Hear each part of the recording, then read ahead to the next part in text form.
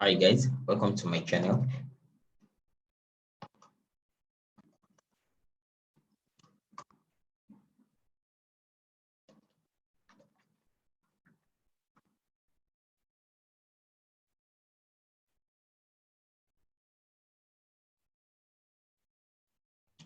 In today's tutorial, we are going to learn about input taking and input reading in shell scripts. Okay, so let's get started. In shell scripting, command will take input with the use of the read command. We use this function read to take an input into our terminal. Then we use our terminal to print to execute the command and get the output of the input that was taken. Now let's get started. Now to take an input, let's say we want to take an input of a username. We're going to execute echo. Then we are going to tell it to enter name. Okay, we're telling the user to enter name. Okay, then we use the read command to take an input. Then the input taken should be stored into a variable name. Okay, the difference in these two is that in this very code that we write here, the echo command is just going to point this to the user, that enter name, and the read command is going to take an input for the user. And this variable is where the input taken is going to store into this variable. Okay, then now we are going to use echo to execute the variable that is entered by the user. So you can just say print entered variable is, okay, then the entered variable is what, let's say is name. The entered variable is the value that is saved into this name variable. So now let's execute this. Let's save this. Save. Okay, and let us execute this to check if our syntax code was written properly. Yeah, hello world, enter name. Let's say coders. Yeah, entered variable is coders. It simply means that the code that we write here is fine and it was executable. So that is the basic way of taking input in Bash shell scripting. Okay, now what if the user wants to, what if we want to take a multiple variable? So in that case, we are going to use, let's say we want to take a multiple variable, want to have a variable that is more than one, maybe multiple input from the user. Okay, so to take multiple input from the user, in that case, we can tell the user that echo, then we tell the user to enter name. Enter name. Don't get confused by this. You can either write the statement directly or you use quotes. But it is better to use quotes because there are some conditions, there are some situations whereby when you want to write, let's say something like it is, okay, it will be like a confusion statement to the program. So in this case, you might have to maybe like use a backward slash here to separate and indicate to the user that this is not a command on its own, it is a say combination word. So most time it is better to use this. It's better to use this opening and closing quotes to avoid that. Okay, so yeah, it is better to use it to avoid that. Okay, so let's say we we tell the user to enter name. Okay, this is going to point to the user, and we want to take more than first name, last name. Yeah, we want to take more than a name from the user. So we are going to say read to take input, then name one. Okay, this is the first variable, name two, another variable. Okay, now in this case, after taking these two variables, so let's execute, let's print this out to check. So we can say first name. Okay, we can say names are then to execute the first variable name, we are going to use this and say name one. Okay, comma, then we are going to use the $sign again for name two. Okay, so let's execute this and let's save this. Save, then let's execute it.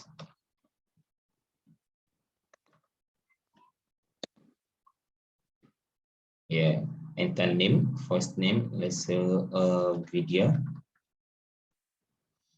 space, then the name two, let's say yes me. Yeah, names are video yes me. So this name are taken as an input and they are saved in these two variable that we declare. So in this case, if we should execute the command to print only name two, let's see, echo name two.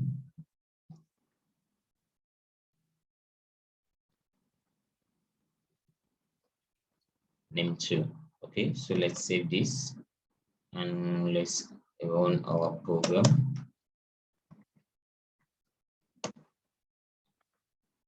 Enter name, let's say video and yes me. Okay, you see, it is because it executes the two names of video yes me.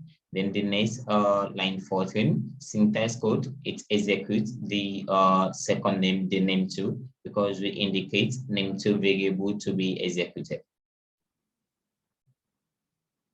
Okay, so let's try to perform let's check another operation that we can as well perform, taking multiple, this is taking multiple variables.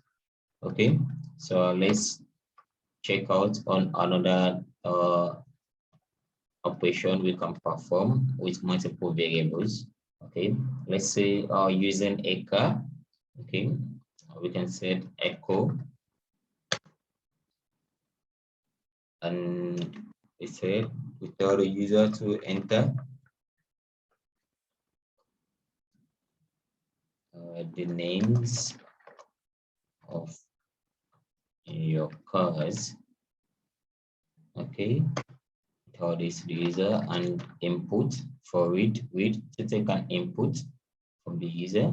So the first input taken, we said car one. Okay, then car two. The input taken is car one, then car two, then car three.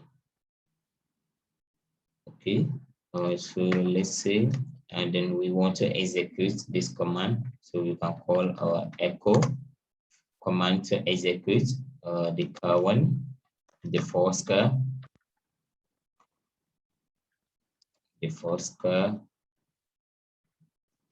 name is, let's say the first car name is car one. Okay, we can as well say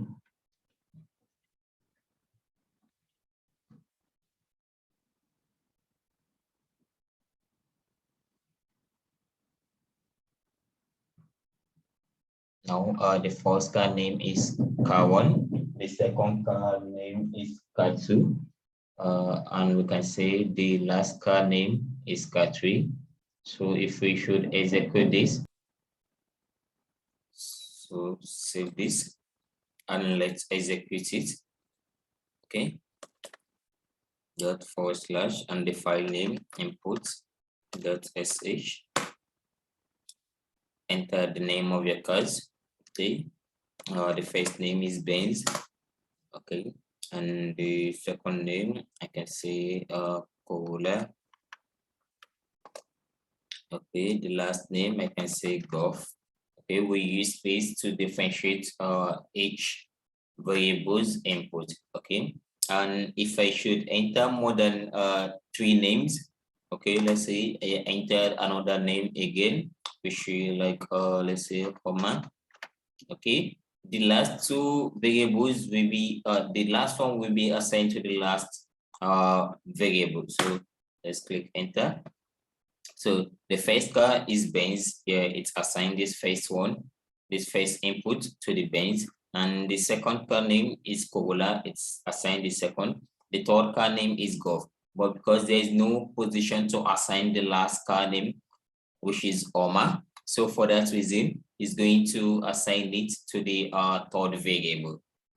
So this is about taking an input and reading an input that is taken from a variable. Okay, so now another thing we would like to talk about is we've known the basic way of taking inputs and reading an input that was taken. So now let us learn about taking a silent input here. To take a silent input.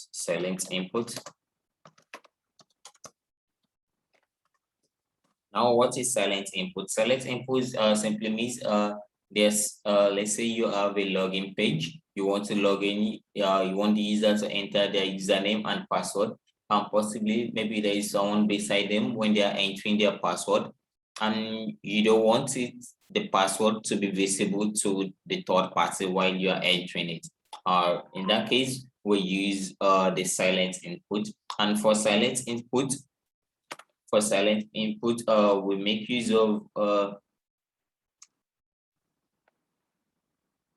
for silent input, we make use of this -sp, okay, flag. We use this -sp flag to take a silent input, okay. Now, before we move to the silent input, let me quickly explain something to you here. In this place, there is something you need to understand, which is that when we execute this, this car name, it was taking our input in a straight line. Now, in case we wanted to take the input, we wanted to take it maybe a different line by line. Okay. In that case, we can use the -p slide. We can use the -p slide. So what do we mean by this? Let's say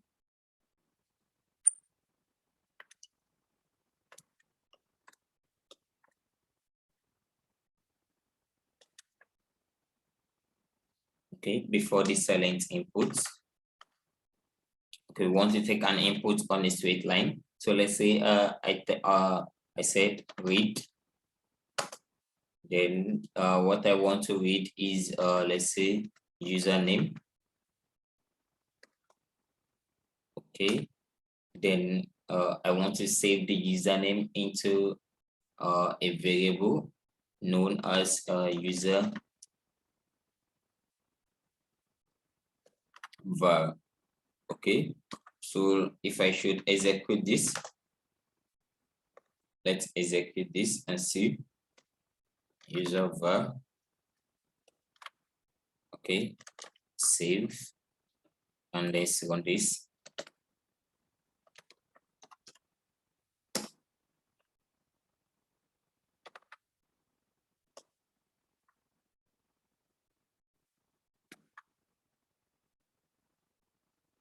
Now it said, okay, while we run this, it's requesting for to enter a username. So in this case, we are going to say for username, we are going to say, let's say the username is BD nature. Okay, and I click enter. Okay, as you can see, this is how it entered the username without showing any straight line. So if you want the user to appear in the front and the username to be in front of it, in that case, you are going to use the dash p flag. Now to use the dash p flag, you're going to put dash here and p like this. So let's save this and run our program again.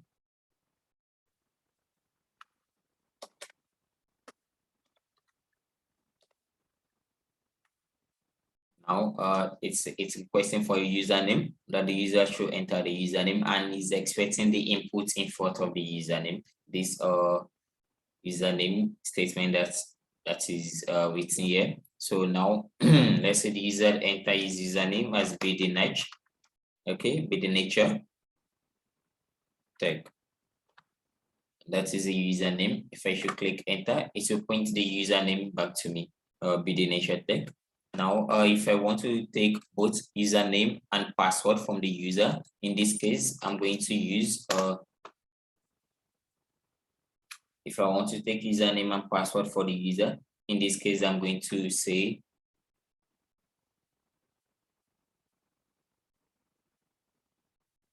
read, okay, is lag, then password.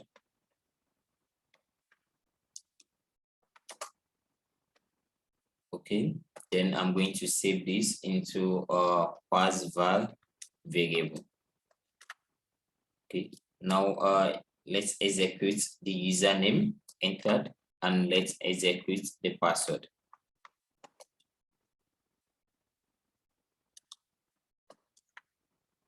Okay, so let's save this and run our program to see the output.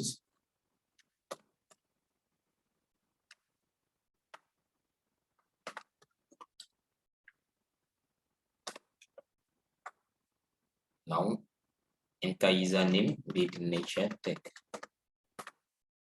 Password 12345. Now, if you observe when I was entering the password was showing. Now, what if there is another person beside me and I don't want the person to know the password that I'm entering? In that case, I need to silence this password so it will not show to the person. It will only show to me as an output when I read it. So to do that, we are going to use another flag called as SP. Okay, SP flag. So SP, we just need to put S for silent. Okay, so SP here, SP flag. So let's save this now and run our program again.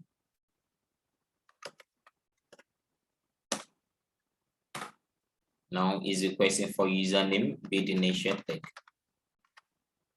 Now is requesting for password 12345. Now I'm pressing the password, but it is not showing on the screen. But if I should press enter now, it will give me the password that I just entered, 12345. Okay, so that is how to like make a silent. That is how to make a silent in that is also make a silence in our script. Okay, for it to be more detailed and more clear, I can put echo here, echo to read an empty space. This way you will see the password position that it is empty. So let's save this and run our script again. /inputs.sh. Now is requested for username bdnation tech. Okay, now is requested for password. So let's say my password is 00000. In this case, I'm going to use 0000. Okay, so if I click enter, now it's show me the username that I entered, but there is no, it shows nothing in password. but since I entered the password, so I can only see the output of the password. So be the initial tag, and there is the password. So that is how to silence your code and input from the user. Okay. Now another thing we need to understand is that we can make an input as an array as well. Okay, array type input. We can read an array type input. So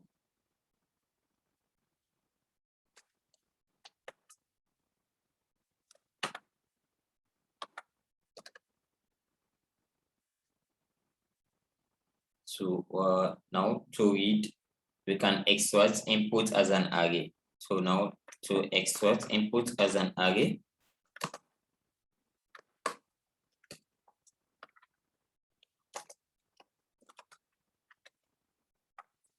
okay, to extract input as an array, we use a function called a flag. We use a flag like this. A flag, okay, that is the function we use. To silence, we use sp flag, and to print on the same straight line, we use p flag. Okay, you need to learn about all this flag. You can make more inquiries to learn more about it, and you should ensure you understand it, because we'll be using it in our coming program that we'll be writing in our script as well. So now we want to make use of the a flag. Okay, now to do that, let's assume we want to take an input for names. We have more than one name or different name, so we are going to say echo to take an input. So let's tell the user to enter names. It can be in small letter, it can be in capital letter. Yeah, so let's tell the user to enter names.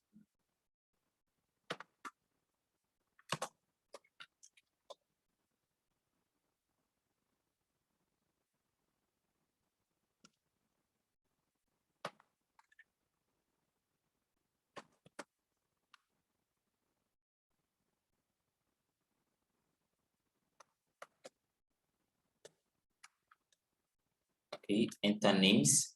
With this, we are expecting more than one name from the user. Okay, so we are going to use read, then a flag, that is, then names. Okay, this simply means we are trying to make this input, this names variable. We are making it understand that it should arrange the input the user entered as an array. Then if we want to get the output as an array, it should give it to us. So now in that case, now to execute, to extract it, let's use echo. Okay, then names are okay, the enter names there. Okay, so we are going to use the $sign, then the name, then we need to use this square bracket to print the index. Yeah, this 0 is for first index. It simply means the first value that is entered. Okay, then after that, now to that is also identify the name that we want to print. Now to execute, to print out this, says it is having an array, so we need to use the curly bracket. We need to put it into the curly bracket, so we'll be able to print it out. Okay, now comma, so the second name as well, we are going to do the same thing for it.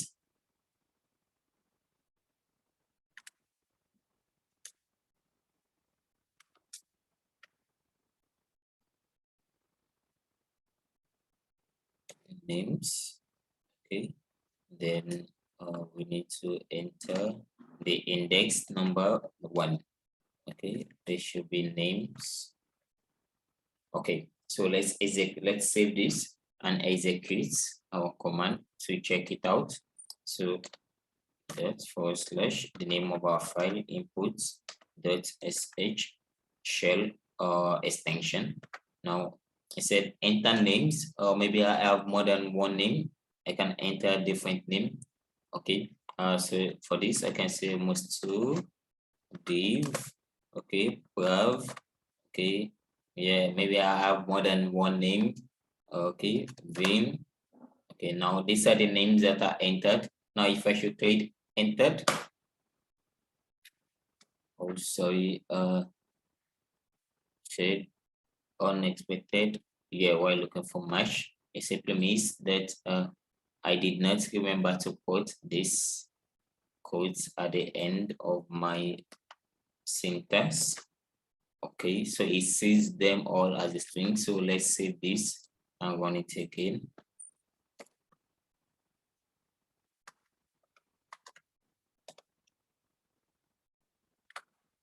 Enter names. Okay.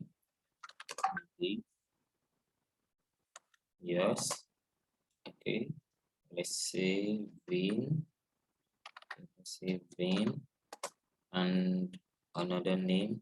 Okay, I think this is okay. So let's execute this. Now, names are div and yes, it's only print me this first name and the second name because they are the first index is 0 is the first value and the second index 1 is the second value. If I should add index 2 here, it will be the third value. Now, what will happen if I change this to index 1? Okay, and I change this to index 2. In that case, it's going to print me yes, which is the index 1, and it's going to print me vin, which is the index 2. It's going to ignore the first name, which is div in index 0. So this is indexing and like using spice and indexing in our shell program. So that is all for this very tutorial. But before we end this tutorial, I'm going to show you one more thing that you need to know about input taking. Okay, which is using there is another way of reading there is another way of reading an input that is taken. We use the inbuilt function called reply variable. There's another way of saving an input into a variable using inbuilt function known as reply. Okay, what does this do? It simply means that if we take an input from the user and we did not declare we did not declare a variable to save the input into, the system is going to save the input taken into an inbuilt variable known as reply. Okay, so let's tell the user to enter name.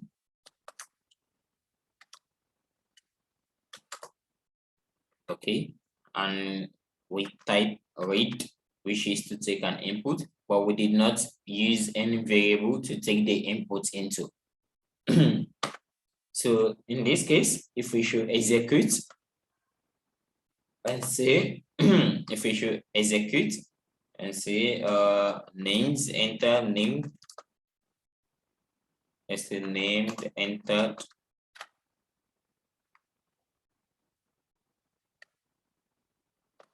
so let's say name, enter is, then how do we call, what variable do we call here to print out the name entered? Since we did not assign any variable here, but we want to print out the name entered. In this case, we are going to use the inbuilt variable known as reply. So we are going to say reply.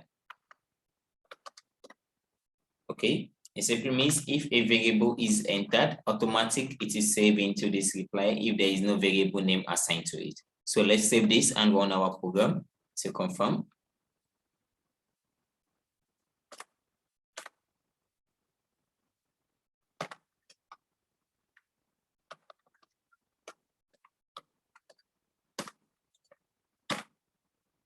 Enter name. Okay. Now name enter is Kudos. So it simply means we are able to execute this successfully with the help of the reply inbuilt variable, we are able to get the output of the input that was entered by the user. So that is all for today's tutorial. Don't forget to like and share our content and stay tuned to get more of our updated tutorial videos. Thank you.